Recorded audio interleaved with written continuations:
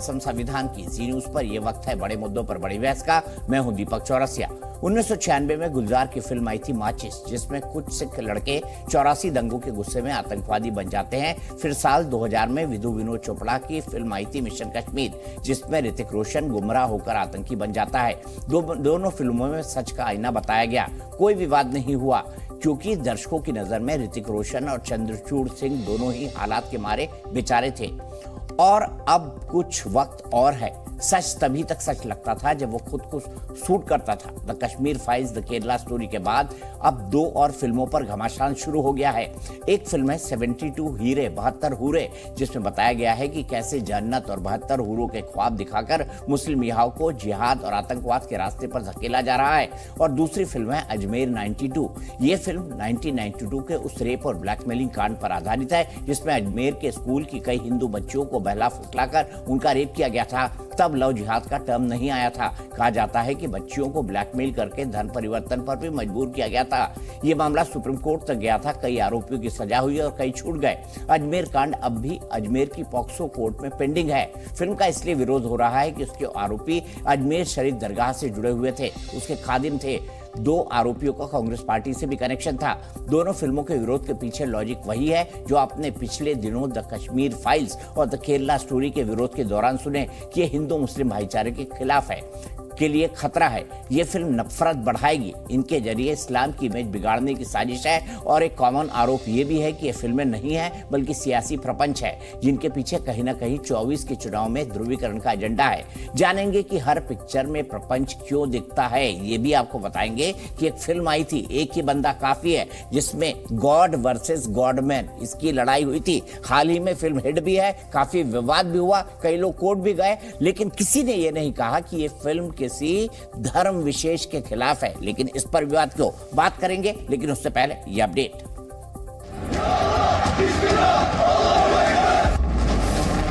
तुमने जो जिहाद का रास्ता चुना है, वो रास्ता तुम लोगों को सीधा जन्नत में लेकर जाएगा।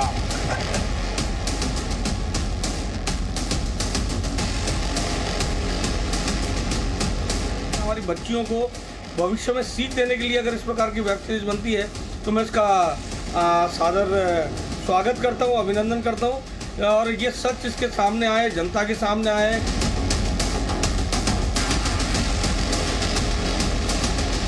इंस्टीट्यूशन को ख्वाजा करीम नवाज की दरगाह, ख्वाजा मोइनुद्दीन चिश्ती की दरगाह को ब्लेम किया जा रहा है, जबकि इस दरगाह में ऐसी कोई घटना घटित नहीं हुई। और उससे जुड़े हुए चिश्ती फ्रेटर्निटी को बदनाम किया जा रहा है।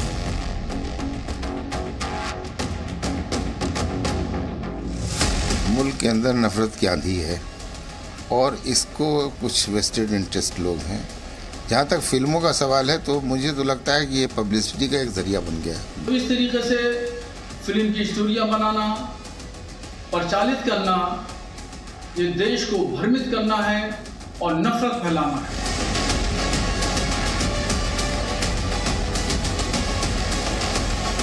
इस सच को खुलने के कारण से हो सकता है कि वो कड़ियाँ खुलेगी तो इसमें जो अपराधी है उनको गिरफ्तार किया जा सकेगा। जो मुल्क में ऐसे लोग हैं जो कि इंडिया के आइडिया को मानते हैं और उसको तस्लीम करते हैं, उनको चाहिए कि वो खुद इसका बाइकआउट करें।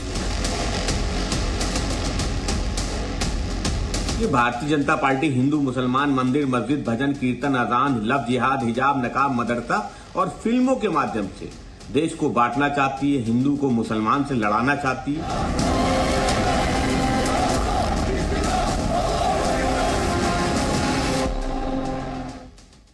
तो इसी पर बात करेंगे कि the Kashmir files, Kerala story और उससे पहले कई सारी और फिल्में आई जिसको पॉलिटिकल एजेंडा या प्रोपेगेंडा कहा गया। मैं उनके नामों में नहीं जाना चाहता, लेकिन आइए, माचिस से किसी को एतराज नहीं था, मिशन कश्मीर से किसी को एतराज नहीं था, तो 72 हुरे और अजमेर 1992 से क्यों हैं, इसी पर बात करेंगे। प्रोफेसर संगीत रागी, पॉलिटिकल एनालिस्ट, RSS के समर्थक, एक प्रोफेसर, एक लेखक हमारे साथ जुड़ गए हैं। विनोद बंसल जी, विश्व हिंदू परिषद के राष्ट्रीय प्रवक्ता मेरे साथ है। अतीकुर रहमान साहब, एक इस्लामिक रिसर्चर मेरे साथ साथ हैं कलीमुल हाफिज साहब, राजनीतिक विश्लेषक के तौर पर मेरे साथ है अतीकुर रहमान साहब। पहला सवाल आपसे, हाल ही के दिनों में एक फिल्म आई एक ही बंदा काफी है। कुछ लोग एक पक्ष के उसको लेकर कोर्ट भी गए, कुछ लोगों ने कहा कि ये फिल्म धर्म विशेष को टारगेट करती है। लेकिन मुझे ये बताइए कि किसी भी हिंदू संगठन ने ये नहीं कहा कि फिल्म को रोका जाए या बैन किया जाए या किसी धर्म विशेष के खिलाफ है, तो फिर 72 हुरे में और अजमेर 92 से आपको ऑब्जेक्शन क्यों है?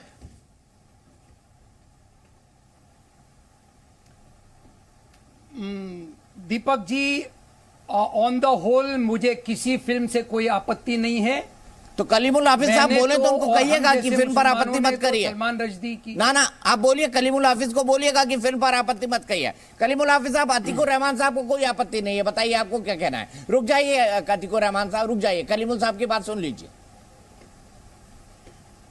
देखिए, भारत एक धर्म प्रधान देश है और हर धर्म में हूरों का, हिंदू धर्म में अप्सराओं का एक पूरा एक वर्णन है। अगर आप मैं बात करूं, किसी अलग अलग मान्यताओं में कहीं 108 अप्सराएं हैं, कहीं 1008 अप्सराएं हैं, और शास्त्रों के अनुसार देवराज इंद्र के स्वर्ग में 11 अप्सराएं हैं। उनके नाम भी हैं, कृतस्थली है, पुंजिकस्थला है, मेनका है, रंबा है, प्रमलोचा है, नमलोचा है, घृताची है, वर्षा है, वर्षा है, उर्वशी है, तिलोत्तमा है। उसकी जो हेड है वो रंबा भी है। तो इसी तरीके से इस्लाम में भी जो जिंदगी के साथ आपका इस जिंदगी में जो गुजर होता है, यानी जो भी पाप पुण्य करते हो और उसका जो आपको कर्म मिलेगा वो जिंदगी के बाद मिलेगा। तो वो जो इस्लाम का कंसेप्ट है कि आखिरत की जिंदगी में उस जन्नत में क्या क्या चीजें होंगी, वो एक पूरा इस्लामिक थियोलॉजी का एक हिस्सा है। क्या क्या है बताइए। लेकिन जिस तरह से हिटलर के जमाने में जर्मनी की जो अल्पसंख्यक वर्ग था, ज्यूज, उनको टारगेट करने के लिए, उनके खिलाफ जेनोसाइड करने के लिए एक प्रोपेगेंडा फिल्में बनाई गई थी। इसी तरीके से 2024 से पहले ये हिंदुस्तान में ये घृणित षड्यंत्र खेल खेला जा रहा है। मतलब और उसमें जाहिर बात हमारे यहाँ का मीडिया भी उनका साथ दे रहा है। और उसको अभी टीजर आया है, मैंने तो विरोध भी नहीं किया, लेकिन उस टीजर के हिसाब से एक माहौल बनाने की कोशिश है कि जो मुसलमानों को या इस्लाम को टारगेट करके एक ऐसा हिंदू मुस्लिम नफरत और उनका भेदभाव बढ़ाया जाए, तो वो उस तरह का ये कोशिश है। जाहिर बात है, इसको जो कुछ अंधभक्त हैं उसे सपोर्ट करेंगे, लेकिन जो वाकई राष्ट्रवादी हिंदुस्तानी हैं वो इसको अपोज करेंगे। तो अतीकुर रहमान साहब राष्ट्रवादी हिंदुस्तानी नहीं है ये कह रहे हैं आप? उनको फिल्म से कोई आपत्ति नहीं है? अतीकुर रहमान साहब राष्ट्रवादी हिंदुस्तानी नहीं है ये कह रहे हैं? नहीं, मैं अतीकुर रहमान साहब बिल्कुल नेशनलिस्ट मुस्लिम है। और पर इनको फिल्म से कोई आपत्ति नहीं है जो है फिल्म उद्योग हमारा बहुत इनको बड़ा फिल्म से कोई आपत्ति नहीं है भाई। देखिए आप समझिए, देखिए आप बताइए, कश्मीर फाइल्स, केरला स्टोरी, अब ये 72 आ गई, एक अभी वो अजमेर पर आ रही, ये सब क्या है? ये सब वही आरएसएस का एक प्रोपेगेंडा का साथ एक पैकेज है पूरा, जो हिंदू मुस्लिम डिवाइड को बढ़ाने के लिए। अभी रागी साहब बोलेंगे इसके फेवर में, मैं उसे भी सुनूंगा। अभी हमारे जो घटक दल हैं वीएचपी वाले, वो भी बोलेंगे। अच्छा, आपके घटक दल है, देखना कैसे इसको सपोर्ट करेंगे। आपके घटक दल है वीएचपी वाले जी। ये कलीमुल साहब मुझे पता ही नहीं था कि वीएचपी वाले आपके घटक दल है। अरे बहुत बढ़िया, चलिए बंसल साहब बधाई हो आपको, आप घटक दल है कलीमुल भाई के। और नहीं, अतीकुर भाई के पास जाना है, विनोद भाई बाद में आइएगा। अतीकुर भाई बताइए, आप राष्ट्रवादी हिंदुस्तानी नहीं है, आज सर्टिफिकेट दे दिया कलीमुल साहब ने आपको, और इनके घटक दल वीएचपी वाले ये भी बता दिया इन्होंने। दीपक जी देखिए, सेंसिटिव मुद्दा है, मैं क्योंकि रिसर्च और इस्लामिक स्टडीज के ऊपर आप बात पूरी करने दीजिए। जो हूर का कॉन्सेप्ट फिल्म में बताया जा रहा है, क्योंकि टीजर सिर्फ सामने आया है, लेकिन जो टीजर है उसमें यह बताया जा रहा है कि उसको आतंकवाद से जोड़ा गया है। दीपक जी, मैं आपसे एक छोटा सा सवाल करना चाहता हूं। आप क्योंकि एक हिंदू हैं, हिंदू मान्यता में यकीन होगा आपका, आपको अगर भगवान राम या भगवान कृष्ण के बारे में मालूम करना होगा तो आप किसी स्कॉलर के पास जाएंगे, सही है या गलत है? साहब मैं खुद पढ़ लूंगा, मैं क्या जाऊंगा स्कॉलर के पास? इंटरनेट पे सब कुछ पढ़ा हुआ, क्या सच है क्या झूठ है, क्या प्रोपेगेंडा है, सबकी राय पड़ी हुई है सर। और ये 21वीं सदी है सर, ये दुनिया ग्लोबल विलेज है। इंटरनेट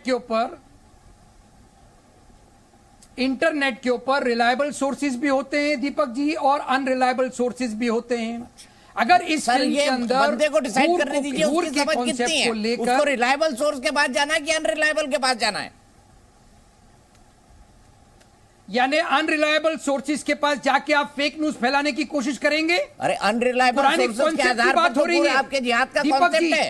दीपक जी नहीं नहीं नहीं नहीं तो आपके जिहाद का कॉन्सेप्ट है। नहीं इस्लामिक आप जिहाद लाइटली यही ले रहे है। हैं, अनरिलायबल आप सोर्सेज के लाइटली ऊपर ले रहे आप हैं, बोलेंगे इस्लामिक जिहाद आप होता है। लाइटली ले रहे हैं। आप कुरान बोलेंगे हो, इस्लामिक वेदा जिहाद होता है, हो, क्या कहेंगे कोई आप? धार्मिक ग्रंथ की कॉन्सेप्ट को, कोई धार्मिक ग्रंथ की कॉन्सेप्ट को आप इतना लाइटली नहीं ले सकते हैं। मैं आपसे आग्रह कर रहा हूं, आप बात पूरी सुनिए पहले। सर मैं खामोश हूँ, आप ही को सुन रहा हूँ। अगर इस फिल्म के प्रोड्यूसर डायरेक्टर, डांटिए मत सर, नाराज मत अगर होइए। इस फिल्म के प्रोड्यूसर और डायरेक्टर, अगर इस फिल्म के प्रोड्यूसर डायरेक्टर बनाने वालों ने रिलायबल सोर्सेज का सहारा लिया है तो मुझे कोई आपत्ति नहीं है। अगर हूर के कॉन्सेप्ट को अगर आतंकवाद से जोड़ा जाएगा और हाफिज सईद का जो भी मेंटल ट्रॉमा है वो दर्शाया जाएगा तो मैं ऑब्जेक्शन लूंगा। हाफिज सईद कुरान के कॉन्सेप्ट हूर को जिहाद या आतंकवाद से जोड़ना गलत साबित होगा। जाकिर नाइक का क्या है सर? जाकिर नाइक का बता दीजिए, हाफिज सईद का बता दिया, जाकिर नाइक का भी बता दीजिए। जाकिर नाइक का है क्या इस्लाम का कॉन्सेप्ट? वेरी गुड, क्यों बताऊं जाकिर नाइक का? अरे बताइए ना सर, रिसर्चर हैं आप, सर्च को रिसर्च करते हैं। एक भगोड़े का सहारा नहीं लूंगा मैं आपके चैनल पर।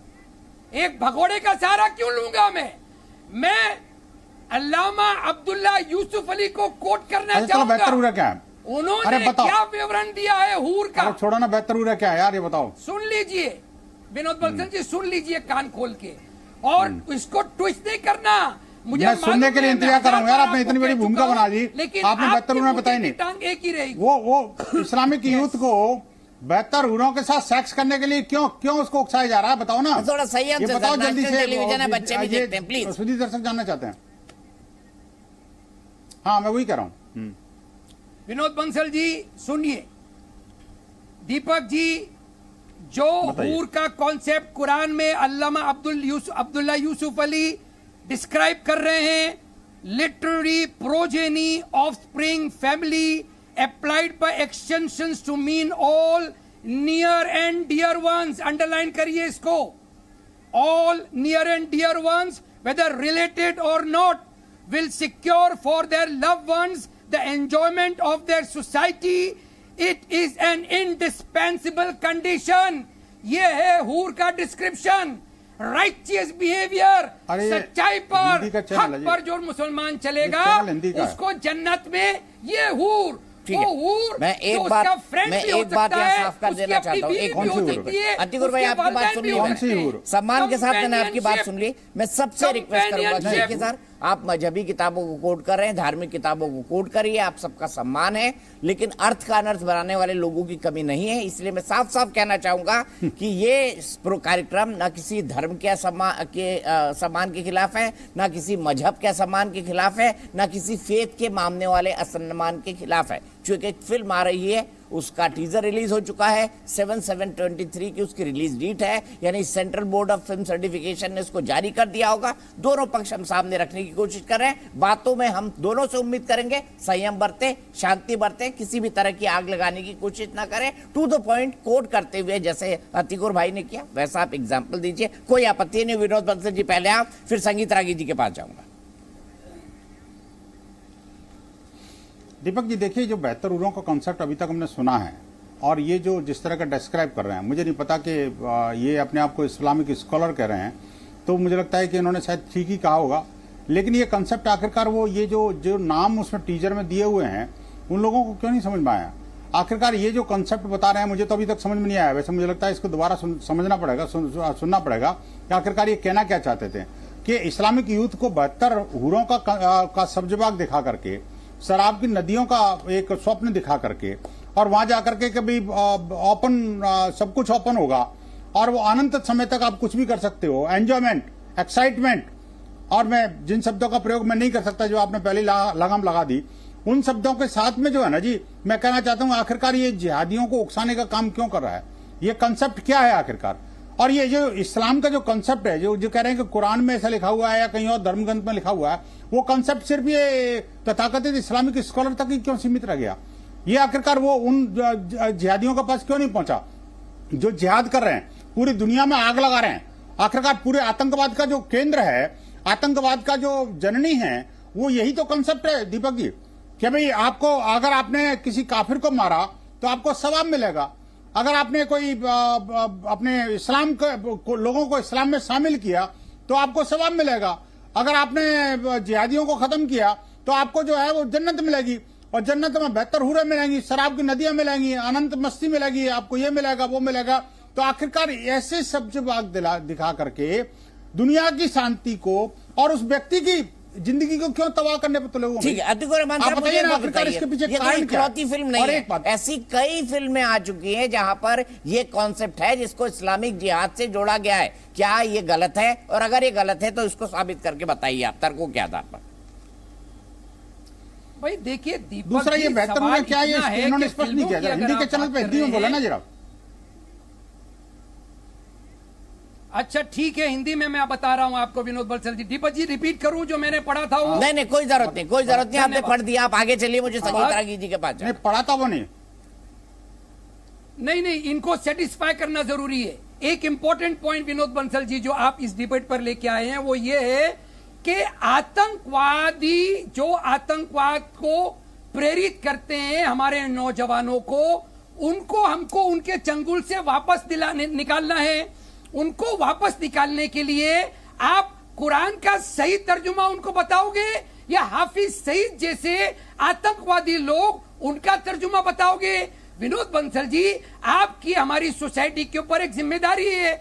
आपको मुसलमानों को यह बताना चाहिए कि हाफिज सईद आपको झूठ बोल रहा है, वर्गला रहा है, टेररिस्ट ऑर्गेनाइजेशन कौन बताएगा भाई को लेकर ये बात बताएगा कौन? आपके जैसा स्कॉलर किसी लिए स्कॉलरशिप की है? मैं भी बता रहा हूँ भाई, आखिरकार आप चुप अरे क्यों भाई हैं? आप भी बताइए। हमारे नौजवानों को आतंकवाद से बचाना है, एक फिल्म को विरोध करने के लिए तो आप बोल रहे हो, लेकिन आपने आज तक क्या हाफिज सईद को लिख के भेजा? ठीक है, आप मुझे बताइए जितने भी आतंकवादी बने हैं उनमें से किसी एक को भी आपने लेटर भेजा क्या?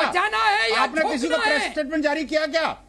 आप मुझे बताइए, आप मुझे बताइए कि जो आतंकवाद में जो लोग जिनको घेरा जा रहा है, आखिरकार उसको क्लैरिफिकेशन क्यों नहीं देते? आप क्यों नहीं बताते? जबान बोल रहे हैं। अरे भाई हाफिज वो तो पता है हाफिज सईद कौन है और विनोद बंसल कौन है, लेकिन जवान की बात नहीं है। आप मुझे बताइए बेहतर हुआ का सपना। एक मिनट, दोनों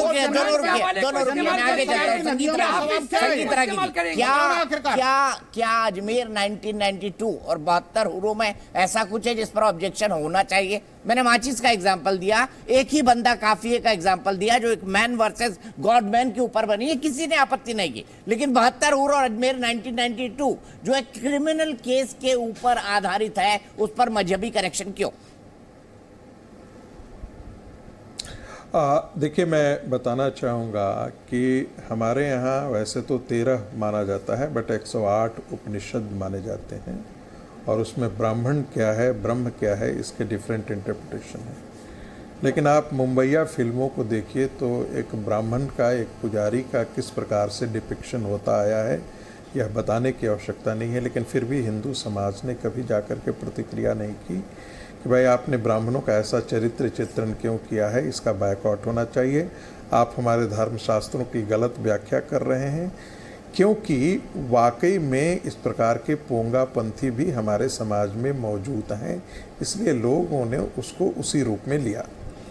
दूसरी बात, मेरे बहुत सारे ऐसे कई मित्र थे जिनके बारे में मैं रिवील नहीं करूंगा। जब वो अफ़गानिस्तान में थे तो अफ़गानिस्तान में उन्होंने हमें बताया कि जब टेररिस्ट मारे जाते थे तो उनके जेबों से प्लास्टिक की चाबियां मिलती थी।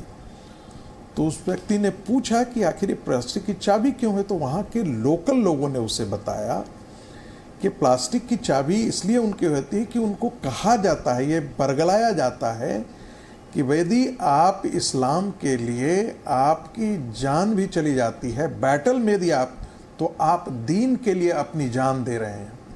वहाँ पर कर्म सिद्धांत नहीं है।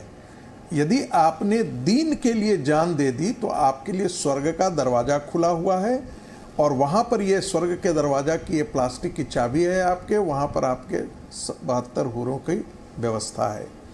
अब ये जो व्याख्या है, जहाँ तक मुझे जानकारी है कुरान में इस तरह की व्याख्या नहीं है, जो मेरी जानकारी है। जो हदीस है उसके बारे में लोग ऐसी व्याख्या करते हैं, बट चूंकि ये धार्मिक मामला है इसलिए हम इस रूप में इसकी व्याख्या नहीं करेंगे। मूल बात यह है कि इस प्रकार की व्याख्या की गई है। हमारे यहाँ एक साजिद रशीदी थे और एक पाकिस्तान की पत्रकार है आदमी, उसका एक वीडियो बड़ा वायरल हुआ जिसमें वो महिला बता रही है, पूछ रही है इनसे, साजिद रशीदी जी से, कि भाई पुरुषों ने तो अपनी सारी व्यवस्थाएं कर ली, महिलाओं के लिए क्या है व्यवस्था वहाँ पर? हमें वही सौहर वहाँ मिलेगा या हमारे लिए भी कोई व्यवस्था है? तो एक मूल बात यह है कि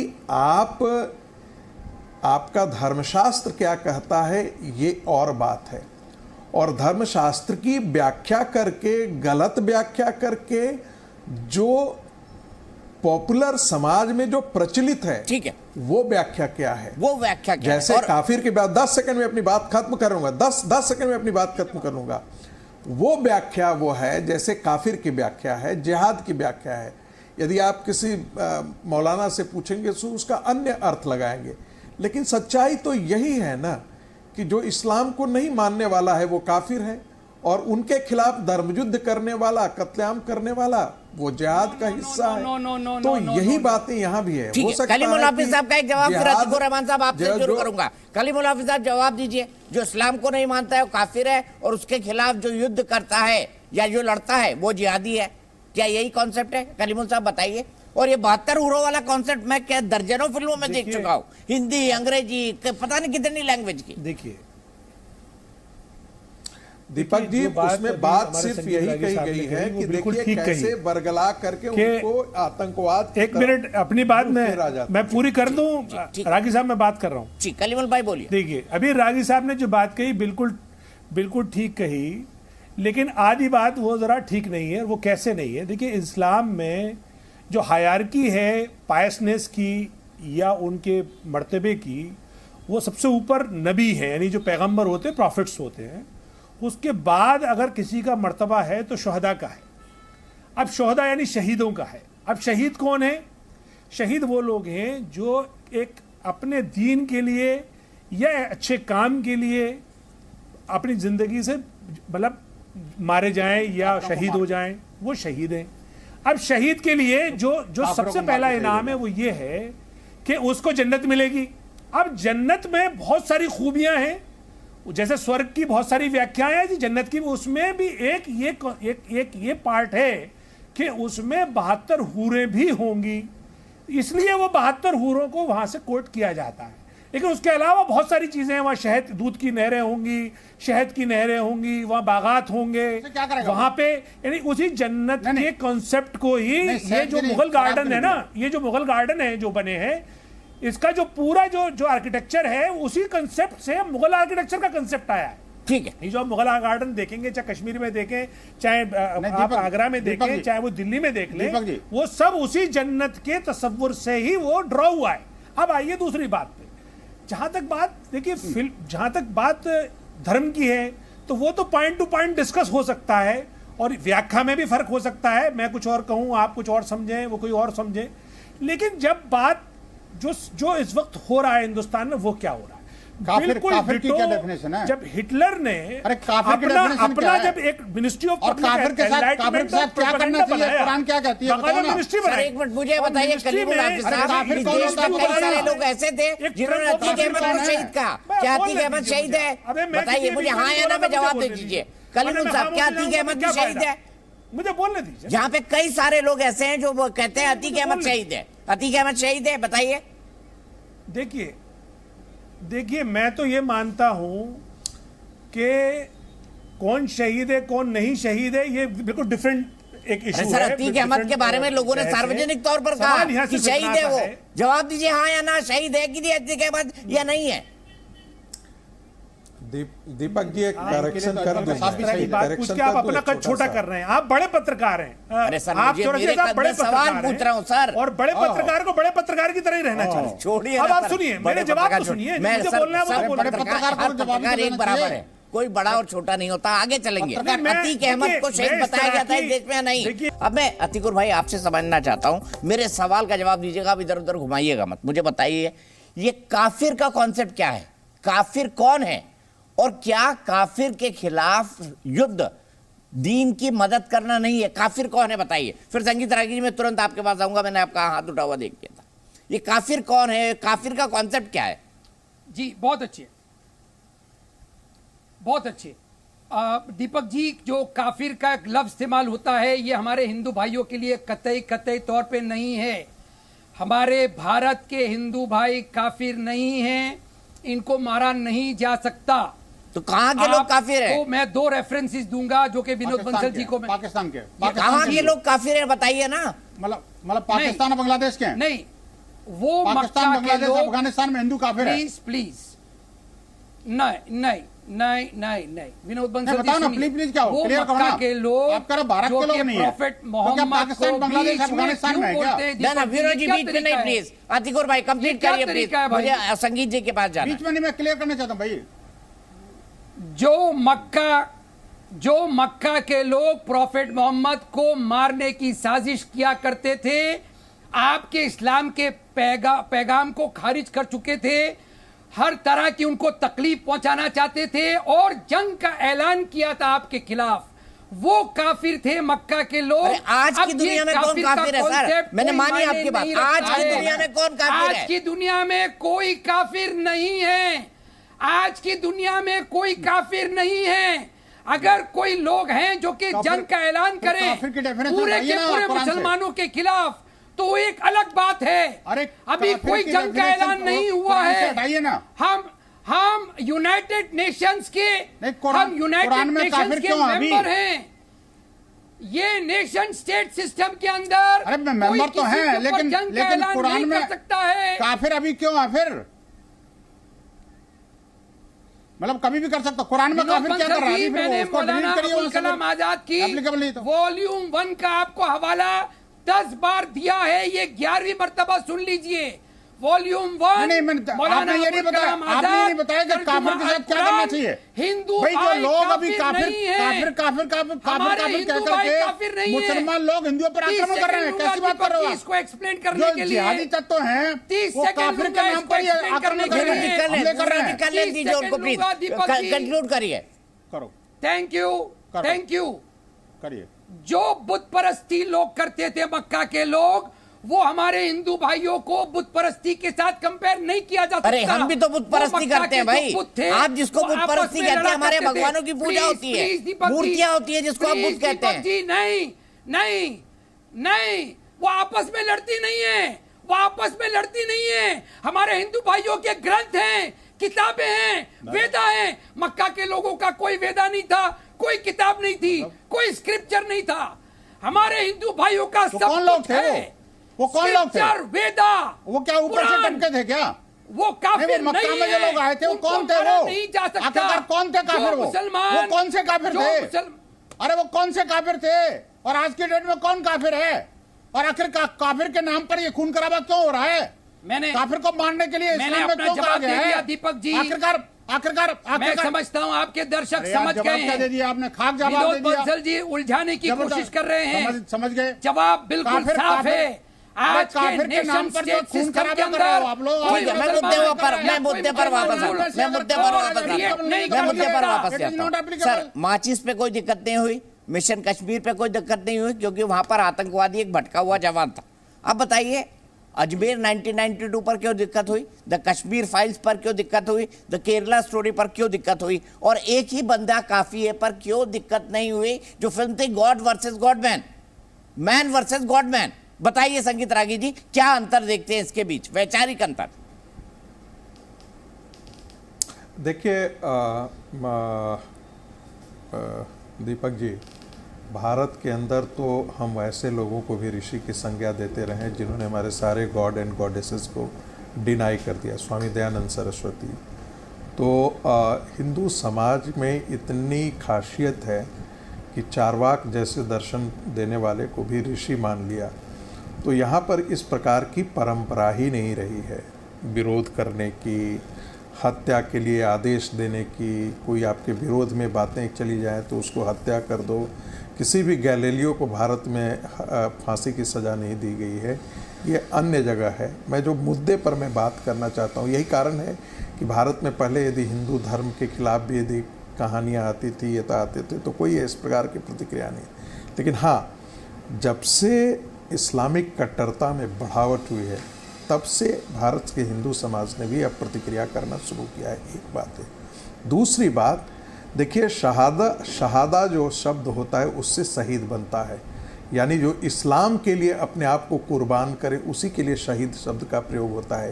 ये हमारे सैनिक शहीद हो गए, ये गलत शब्द का प्रयोग है, इसको हम खारिज करना चाहिए और भारत के लिए भी खारिज करना चाहिए। दूसरी बात, देखिए, ये इस्लाम की थियोलॉजी का हिस्सा है।